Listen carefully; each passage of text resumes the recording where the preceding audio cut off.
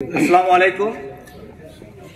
আজির হবার সভাপতি মহোদয় আর উপস্থিত জনিয়া সমষ্টির বিধায়ক ডক্টর হাফিজ রফিকুল ইসলাম সাহাব, আজি এই অঞ্চলত আহি মোৰ এনেকুৱা এটা ভাল লাগিছে যে আজি এটা শিক্ষা অনুষ্ঠান ইয়াতে উদ্বোধনী হৈ আছে।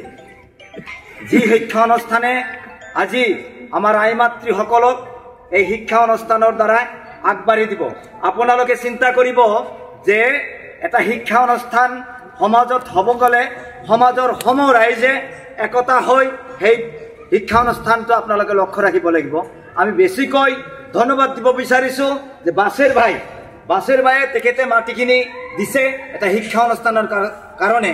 মই তেখেতক আৰু ৰিকুৱেষ্ট কৰিম যে অনুষ্ঠানখন কেতিয়াবা দৰমহাৰ কাৰণে, কেতিয়াবা মাটিৰ ভাড়া দেওয়াৰ কাৰণে অলপ হাল সলনি হ'ব পাৰে, তথাপি আপুনি সেক্ৰিফাইস কৰিব।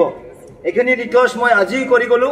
আৰু যিসকলে ইয়াতে পাঠদান কৰাব সকলোকে মই ৰিকুৱেষ্ট কৰিম যে ইয়াতে ইমান দৰমহা আপোনালোকে নাপাব, কিন্তু এই ছাত্ৰ ছাত্ৰীৰ ভৱিষ্যত জীৱনৰ কাৰণে আপোনালোকে ভালদৰে পাঠদান দিব।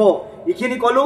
আৰু আমি আই মাতৃসকল আছে তেখেতসকলক ভৰিত ধৰি মই ৰিকুৱেষ্ট কৰিব বিচাৰিছোঁ যে এনেকুৱা কথা যে মই অসমত এজন নিৰক্ষৰ কবি হৈ ৰলো, আপোনালোকৰ ভৰিত ধৰি ৰিকুৱেষ্ট কৰি আছো, নিজৰ ল'ৰা ছোৱালী এক পেট নাখাই আপোনালোকৰ নিজৰ ল'ৰা ছোৱালীক পাঠদান দিব।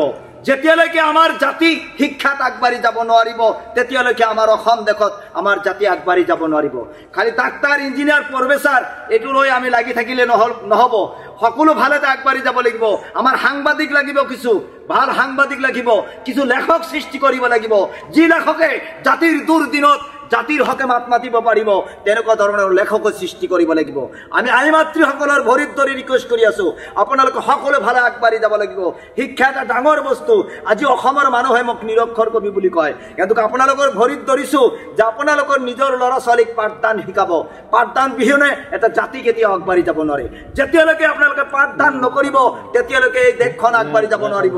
আজি অসমৰ মানুহে আমাক বাংলাদেশী বুলি আখ্যা দিব বিচাৰে। আমি সেইসকলক ক'ব বিচাৰিছো যে আমি মাইনৰিটি মানুহ শিক্ষালৈ আগবাঢ়ি যাব লাগিব। আৰু ইয়াতে বিধায়ক চাহাব আছে আৰু আমাৰ সমাজৰ মুৰব্বীসকল আছে। মই স্কুলখনৰ নাম ক'ব নোৱাৰিলো, চাইনবোৰ্ডত মই দি দিম। আপোনালোকক সকলোকে ৰিকুৱেষ্ট কৰি আছো যে এই অনুষ্ঠানখন আপোনালোকৰ, এই অনুষ্ঠানৰ দায়িত্ব সমাজৰ মানুহৰ ওপৰত দায়িত্ব ন্যস্ত হ'ল আজিৰ পৰা। আপোনালোকে নিজৰ ল'ৰা ছোৱালীবিলাক পাঠদান কৰিব। আৰু কিছুমান মানুহে ভাবে যে আই মাতৃসকল বা ছোৱালীসকলে আগবাঢ়ি যাব নোৱাৰে। নহয়, পাইলটো হ'ব পাৰে, চন্দ্ৰলৈ আমাৰ মাইকী মানুহ যাব পাৰে, ছোৱালী মানুহ যাব পাৰে, সেইবিলাক আপোনালোকে কৰিব লাগিব। এইখিনি কৈ মই ইয়াতে সামৰি মাৰিছো। ধন্যবাদ, থেংক ইউ, শুক্ৰিয়া।